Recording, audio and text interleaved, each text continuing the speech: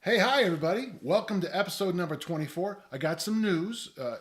Don't worry about anything, but we're going to start moving a lot of our materials over to danjohnuniversity.com.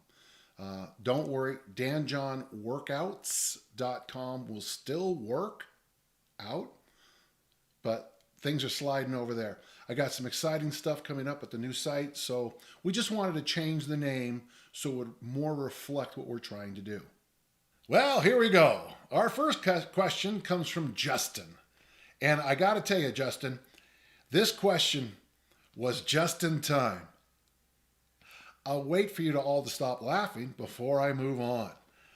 What are your thoughts on all the minimalist programs that only suggest a couple exercises and say those are the only things you need?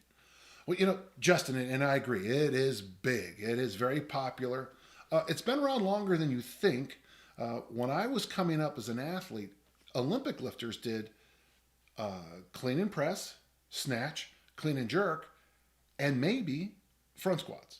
And some would do back squats. And that was it, because when you have those three huge movements, you didn't need a lot of other things. When the press was dropped in the 1972 Olympics, after the Olympics, a lot of people in Olympic lifting said, well, the snatch and clean and jerk aren't enough by themselves. A lot of people kept pressing in the programs. And of course, a lot of people started back squatting insanely. Marty Gallagher is a big fan of minimalism. He has one program where the people are still making progress after 5 years, where they only lift one day a week. These are busy people, and they have a very serious Sunday only session: squat, bench, deadlift. Not like a competition, because the reps are in the eights, the fives, the threes, the doubles, the singles. Several books have been written with just two exercises. There's a lot of programs in the kettlebell world with just two exercises. In my experience, Justin, it worked really well for me. I wish you were here right now. You and I could go down into my other office and pop open my journals, and I could show you the programs from 1991 where I just sort of imploded in myself. Now, what happened was 1991 was a really good season. That's the year I snatched 314 pounds in a meet. I cleaned 402, didn't get the jerk. Threw the discus that same weekend in the high 180s, and threw the shot, my personal best, about 52 feet. But I had been training so hard, and the pressures of being a father, the pressures of a full-time job, the pressures of having a part-time job as a strength coach, not at the school, but at a facility here called the Upper Limit. I just started to, and it's sad to say the next part, but Jorn Svensson took me aside. He died not long after this, and he said, here's what I'm doing. And the two of us had this great conversation where he was basically just doing two workouts a week with just two lifts in each. I'm doing my best to remember the original program, but it adapted so many times. I'm trying my best here. But basically, it'd be like front squat and bench press on day one, snatch and clean on day two, or something like that. We might have mixed it up a little different. We kept the reps fairly high for throwers. He told me to do eights for as long as I could. And in every set of front squats, a set of eight, and you do some bounding or jumping of some kind. Very simple, very well. Having 5 days a week not lifting, I swelled. There's a lesson you have to hear first here, Justin.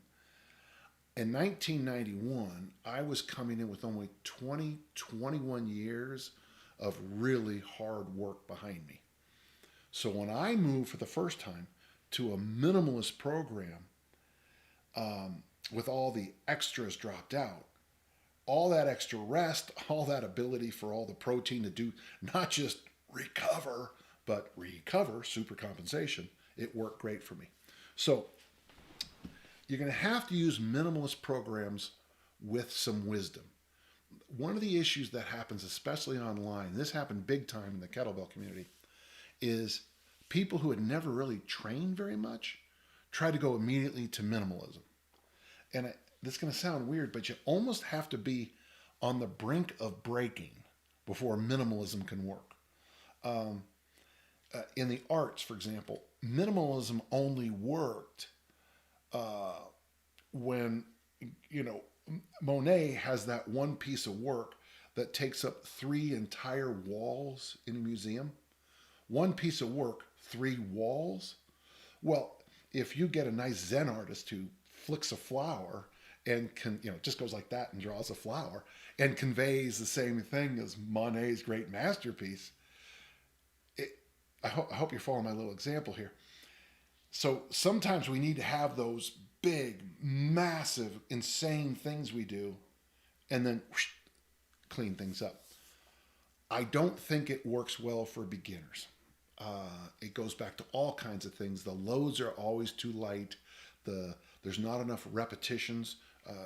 Don't worry so much about the sets right now, but the beginners seem to do better with just sheer volume of repetitions. And how you get to the repetitions sometimes doesn't matter. With high school kids, you can do sets of 20. That's one of the old universal gym workouts where everything was 20, 25 reps. Well, that will work for someone who's kind of new to training. I don't think you want to do that right before the Olympic Games. So,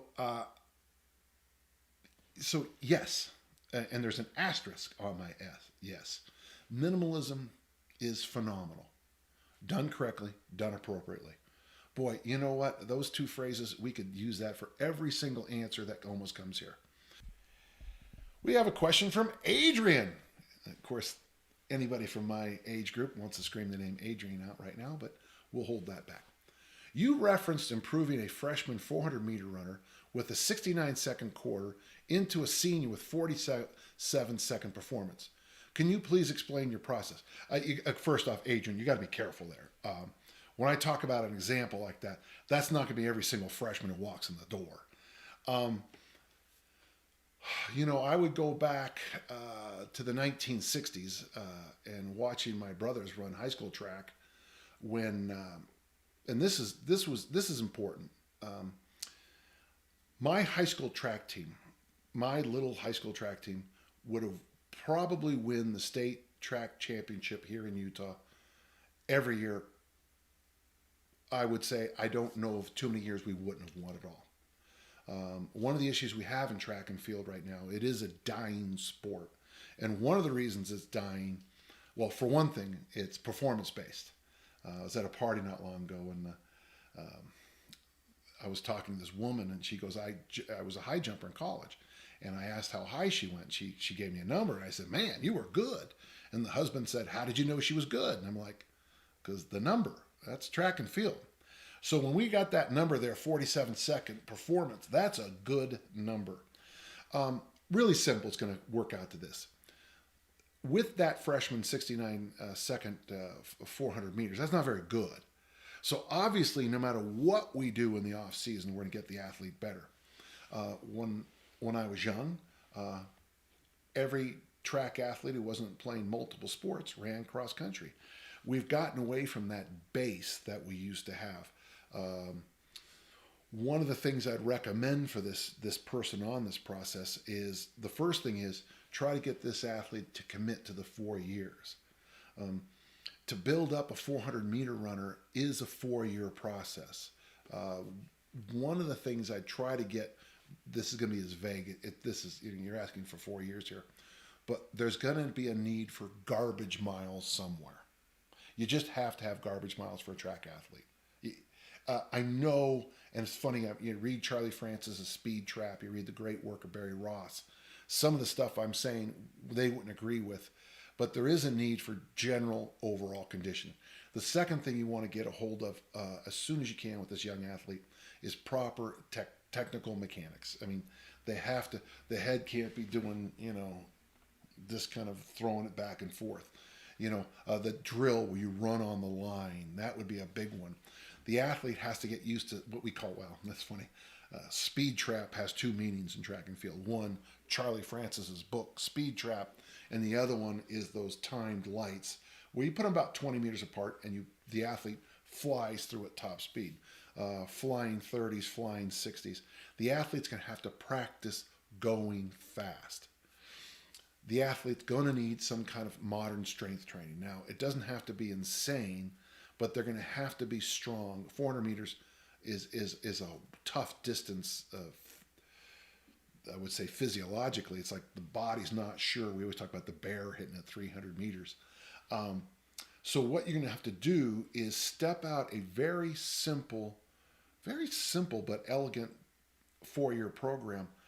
To be honest, oddly, if you had this kid wrestle one year, that might be as good to raise the level of toughness somehow. But a lot of it's going to come down to the fact, can this athlete go out on their own, get their mileage in, appropriate miles? You wouldn't need a ton of long distance. Can the athlete race? And then the one quick point before we move on, and that's one of the great gifts that Charlie Francis taught us when he was up here in Ogden. He explained how American track and field athletes, especially in the sprints, drop off after their university experience. And it was his theory is that at universities, we have a lot of those meets called relays, where your sprinter might race in the 4x1 relay, the 4x2, the 4x4, and maybe one of the medleys where they go like the 200, the 200, the 400, the 800, or something like that. But what happening at that track meet is that the athlete raced 3 times at that meet. And so one of the things you're going to want to get this young runner is racing, trying to beat other people on the track. Whether they get down to 47 seconds, I don't know. Just to let you know how commonplace that is.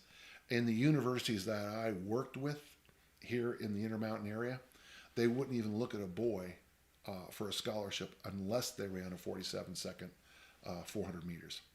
And what was interesting about that is I had a dad bragging that his son had run a 49.9, barely breaking, and he was wondering why the colleges weren't interested, and it broke my heart. And this is track and field 101, that he was 3 seconds, which is an eternity in track and field, too slow to be considered. The boy decided to walk on to a school, but he didn't last long because he had to race every day against superior athletes. Another story for another time. I hope that's a good start, but this is a much more complicated question than you might think. I have a number of books in my home on track and field. In fact, I'm organizing something for Brian right now, a strength and conditioning library for my readers. So I've got a whole bunch of books kind of sitting around on the floors and on the shelves here. I would go all the way back to the track and field omnibook of J.K. Doherty, and again, the 71 edition. Look up what they're talking about there. There's going to be very little drugs in that book. Very few of the athletes talked about how, but we'll bet on anabolics.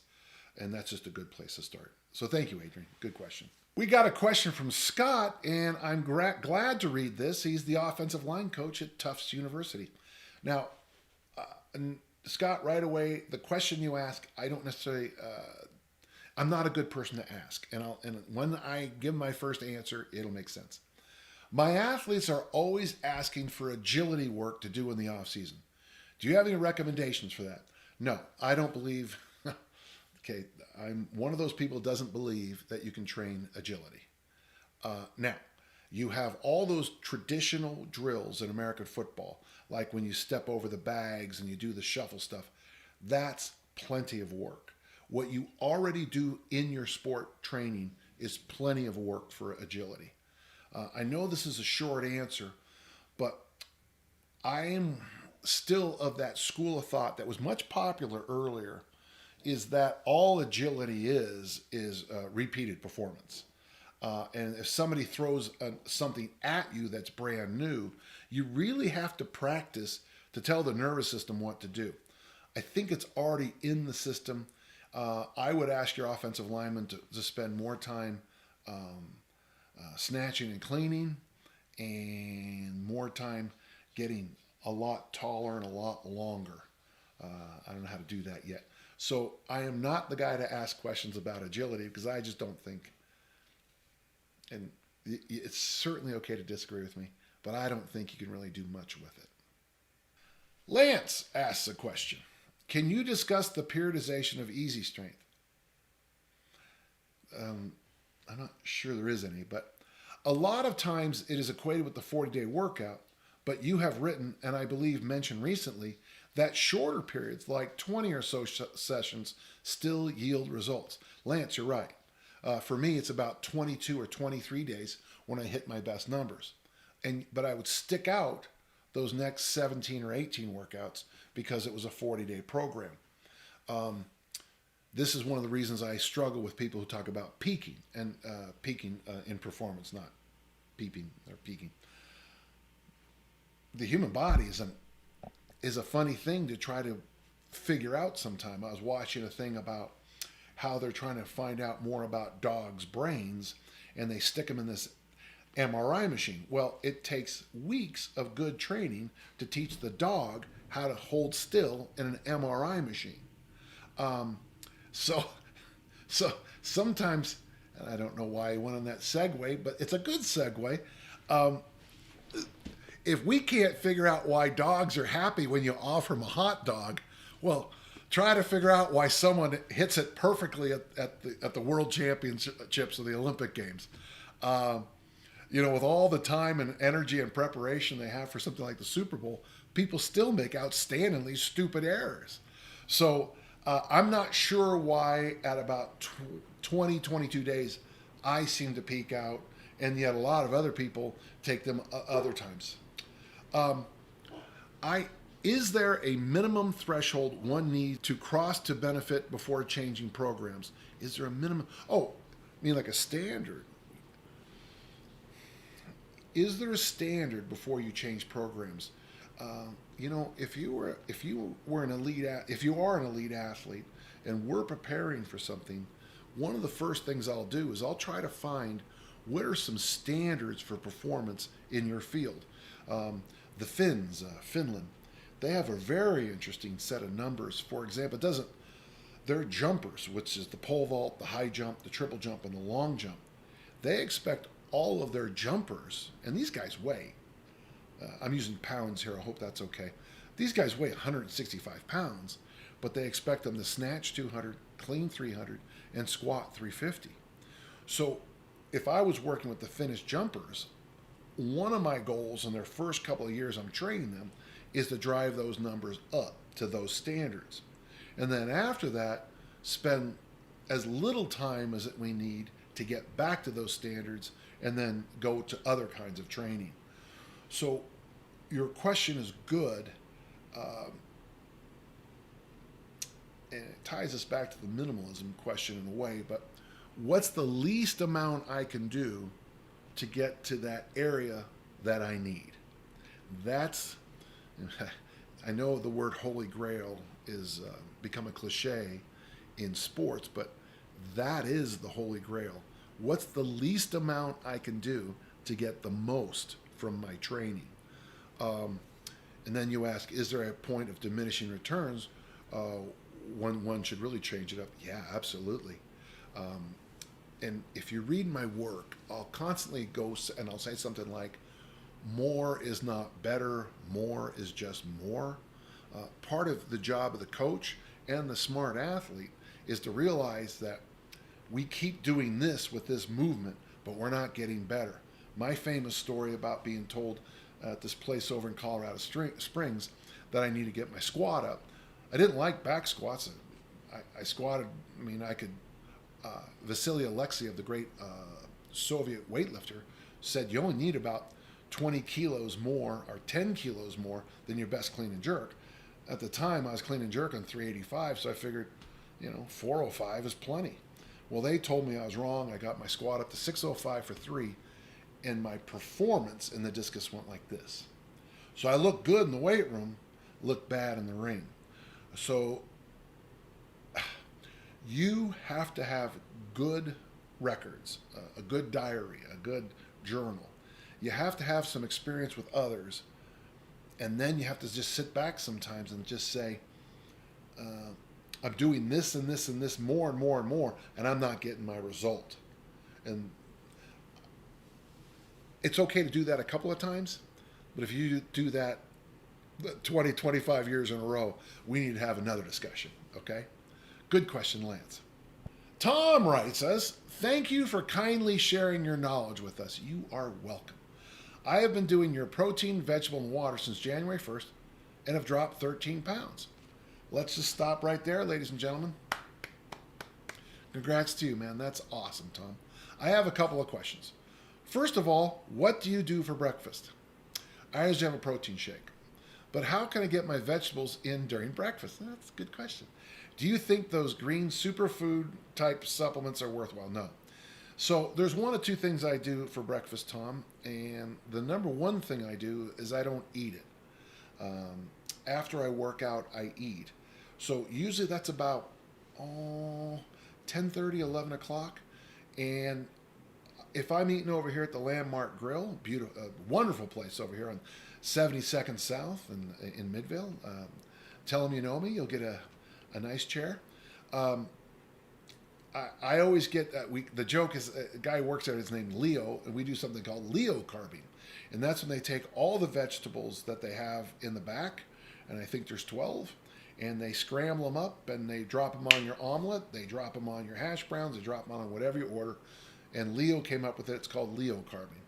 So that's option number one. Option number two, depending on where you shop here in the States, I just had one of these today, but I buy those little breakfast bowls, and the one I have now is called Super Greens, and it's probably got 9 vegetables in it, including kale. Of course, you know, kale is the answer to all questions in the last 2 years. You crack 2 eggs in it, you stir it up, you add the salsa, you add a little tiny little bit of cheese, put it in the microwave for 4 minutes, and you've got plenty of vegetables. You have to be very proactive on getting vegetables. Let me give you a third idea. Let me give you a third idea. It's a little different, but I learned about this probably in the 70s, and I've done it a few times. Eat salad for breakfast. It's so simple, but just make a big salad for breakfast. You could also eat stew or a good soup that's loaded with vegetables for breakfast. This idea that you have to eat a bowl of flakes is very new. I can guarantee you this. Alexander the Great and the gang were not sitting around before battle, where's my Cocoa Puffs, okay? It's okay to eat salad for breakfast. It will be a different kind of day. And I mean this. I want you to try this one time, eating salad for breakfast. And then just kind of notice how the day is a little different. I don't even know how to explain it, but eating that clean for breakfast seems to change the day. And finally, our last question from Tom. And finally, does fruit fit in anywhere in this kind of eating plan? If so, are there fruits that you would recommend eating? Are there any fruits that we should avoid? I really like, I don't know if I got this from Maffetone or not. In fact, I'm looking around. I know the book's up here. Sorry.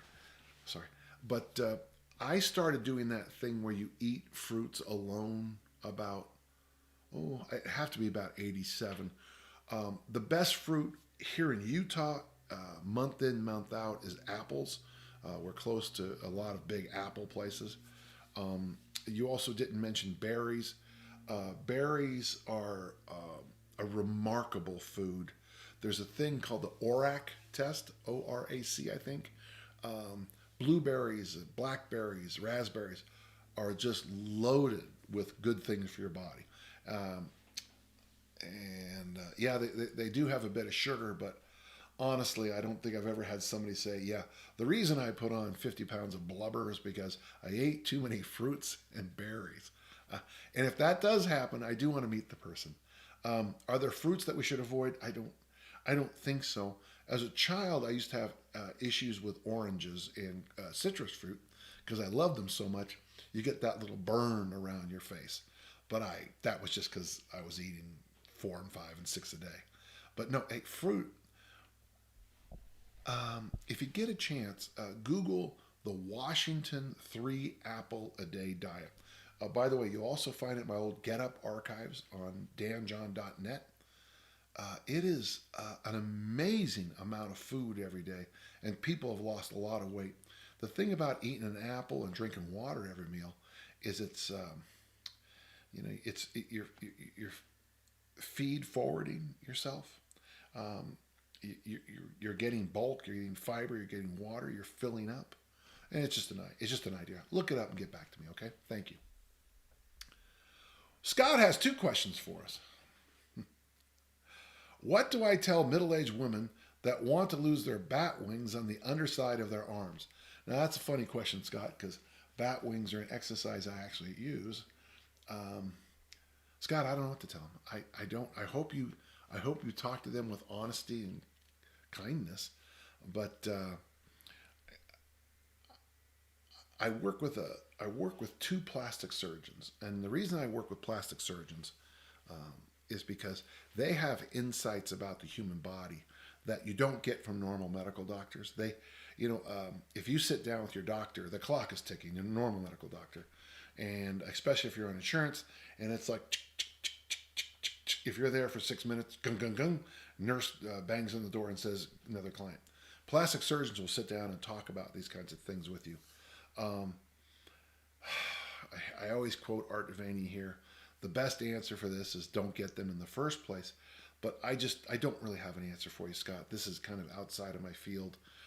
Why don't you get a chance, see if you've got someone locally you could talk to, a plastic surgeon, or maybe talk to some women who've made some interesting progress and get some feedback from them. This is outside of my, be kind, but this is outside of my realm. Any recommendations on how to keep the bar level in the back squat? I always dip to the right when squatting, and I don't know how to fix it. Well, those are radically 2 different questions, Scott. Scott, I'm going to have to see a video. You're making me guess in space. I'd like to look. I'd like to see what your hips and knees are doing as you drop.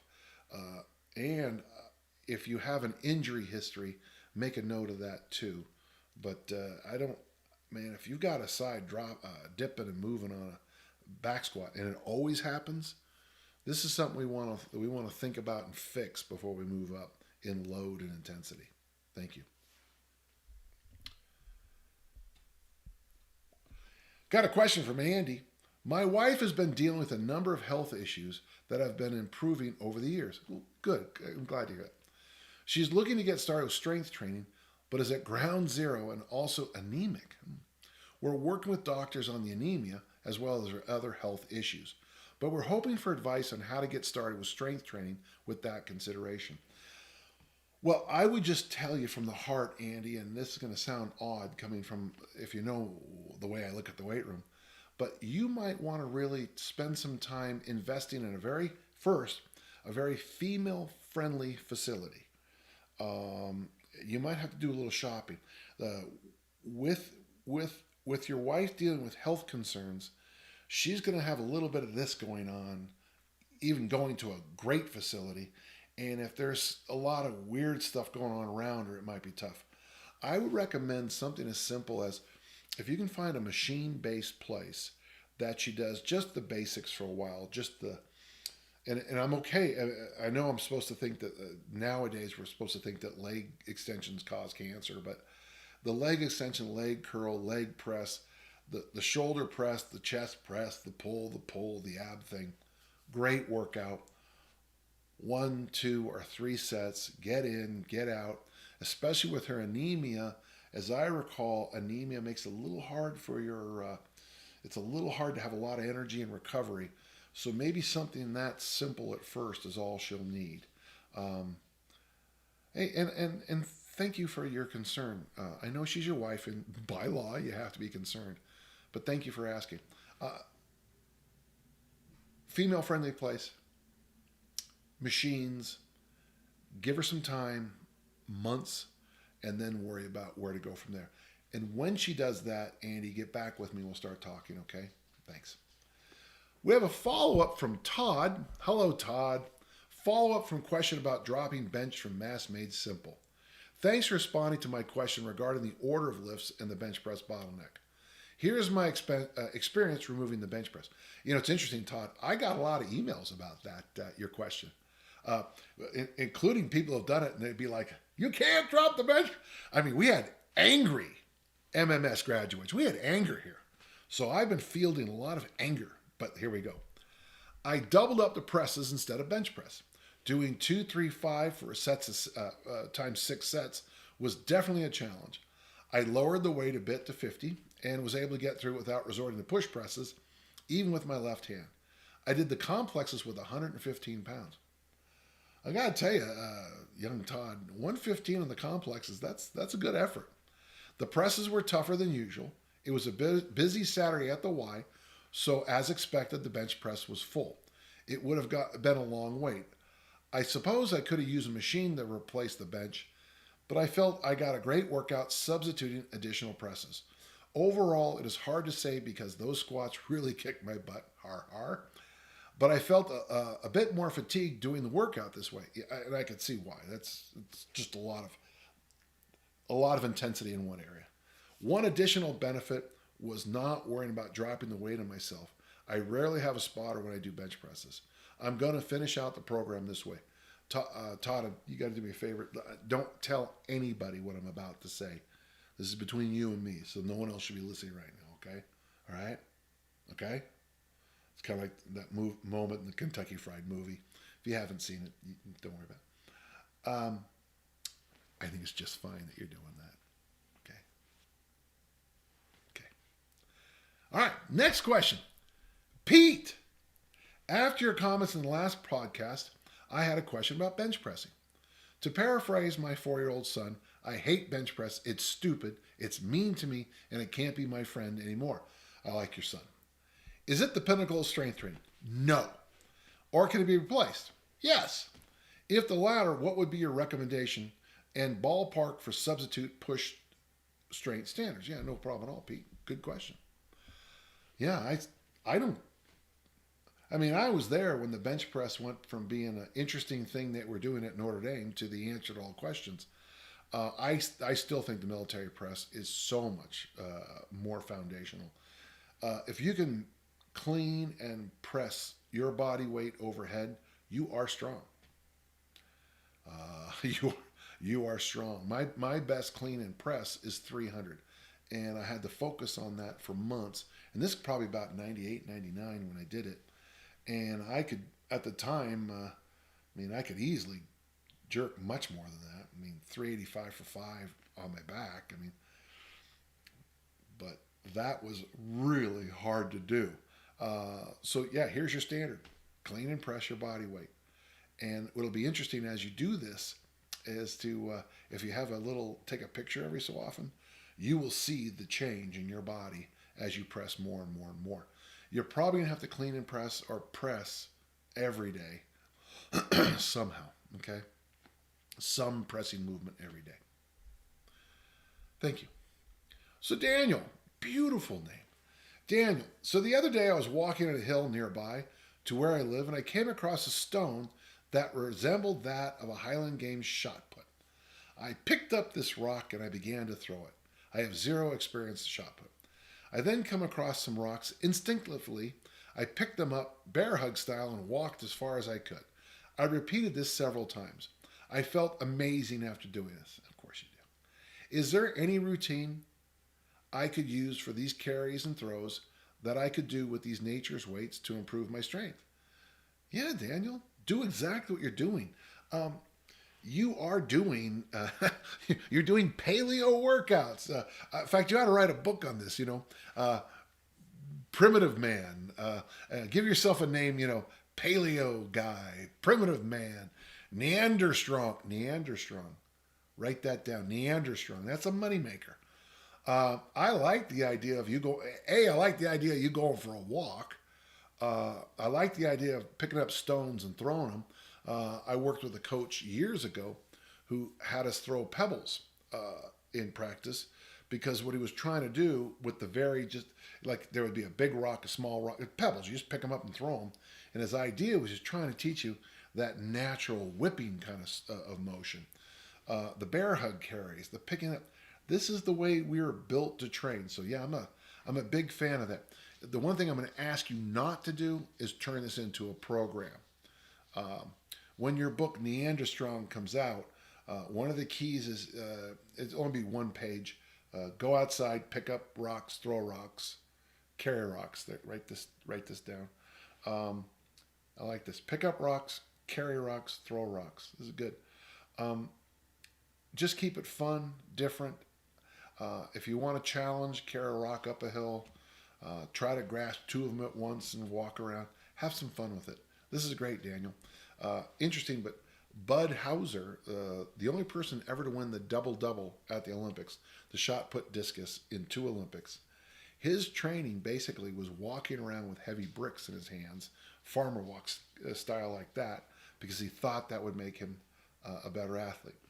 He's the only person who ever won the shot discus double twice, so maybe we ought to pay a little bit of attention to him. And you're doing what he recommended. Marco Polo, had to say it. Marco, how would you go about finding a mentor in this field? One quick thing. Always remember, Marco, that the word mentor is a person's name. I always think it should be capitalized, though everyone disagrees with me. It's Telemachus' teacher. So many just seem like they are looking for money and don't actually mentor people. One quick question, I want to follow up on this. Are you thinking, Marco, on someone you see all the time or someone that you follow and emulate? There's a big difference there. I have two kinds of mentors in my life. I have the kind of mentor that if you come to my gym, you'll see a whole collection of pictures on the wall of people who are no longer with us. These are people who touched my life, coached me, and made a difference. And there's also another set of mentors that I've never met in my life. My dog is very angry at the mailman right now, so he's barking. Yeah, and if I can be of any service to you on this path, let me know, okay? Jeremy, would you please explain your 3 polo shirt theory? I don't have a 3 polo shirt theory. I need clarification so I know I'll sound like I know what I'm talking about when I bring it up. Actually, this is kind of funny because you picked one of the rare days I'm wearing another one. So yeah, Jeremy, I have 18 polo shirts, all the exact same size and the exact same brand. And the reason it's 18 is because that's all they had in North America when I bought them. I bought every single extra large shirt. You might not agree with me, but according to several females, I look really good in those shirts. And that was all I needed. Number two, I spent absolutely no time, and Brian is the guy who works with me, and Brian will tell you the truth. Maybe we should have him come in on a podcast. He'll tell you I don't really spend a lot of time thinking about fashion. True? Yeah. Every day I put on a black polo shirt. I have 6 pairs of Nike Free shoes. They're the exact same shoe. Now I do have a little variation in my jeans.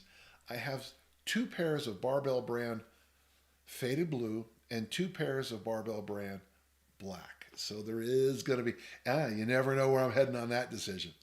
And the idea is, it's a shark habit. I'm just trying to wash my head of those idiotic little decisions. If I'm hungry and I don't know what I'm going to eat, I keep fasting. Because if I don't want to, every moment I spend on that decision matrix is taking time away from you, Jeremy, answering your questions, or writing a new book, or right now I'm decluttering a room, which, by the way, if there's a secret to writing, folks, it's this. Wear the same shirt every day and declutter a room before you start writing.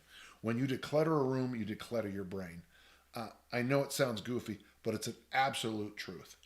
So that's why I do it, okay? Second question for Jeremy. Also, your Sword in the Stone commentary is one of the highlights of my week. Any plans on consolidating all the entries into one place when you're done, when I'm finished? Jeremy, yeah, I have them all. I've been working on it. I also have that penultimate scene where Arthur pulls the sword out of the stone, because I think, and I look at that, every 2 or 3 weeks. I don't write anything. I'm trying to make that thing simmer like a slow cooked meal. So when I finally do get to that one important chapter, the chapter that changed my life, that I have something intelligent to say. I worry a little bit now, legally, because I'm a professor, I'm allowed to do citations pretty freely. But for me to package the whole thing, I'd have to. I worry there is no copyright on it in most of the countries in the world, but here in the States, I'd have to check on that. But since I've retyped it myself, that might change things. Um, Jeremy, I want you to ping us a note, and then I'll follow up with you offline. Okay? Thank you. Larry asks a question: if I'm at a big chain gym and see a leg press or Smith machine, what should I do? So I taught my daughters an important thing when they were little. If you're ever at a party and a guy brags about his bench press, like I bench 200 pounds, I taught my daughters to lean in and just say this, something like this: "Oh, I'm so sorry." Larry, it's okay that people have leg press and Smith machines, but Larry, you don't have to use them, okay? Do you remember what Nancy Reagan said? Just say no. Thank you, Larry. That was a great question. Well, there we go. Until next time, I'm here to help you any way I can. Now, one small thing, just remember, we're changing our website name. That's all it's going to be. danjohnworkouts.com will still be working. But from now on, please send your questions to podcast at danjohnuniversity.com. It's a name change, but it also lets us know that something big is coming in the future. Until next time, thank you so much.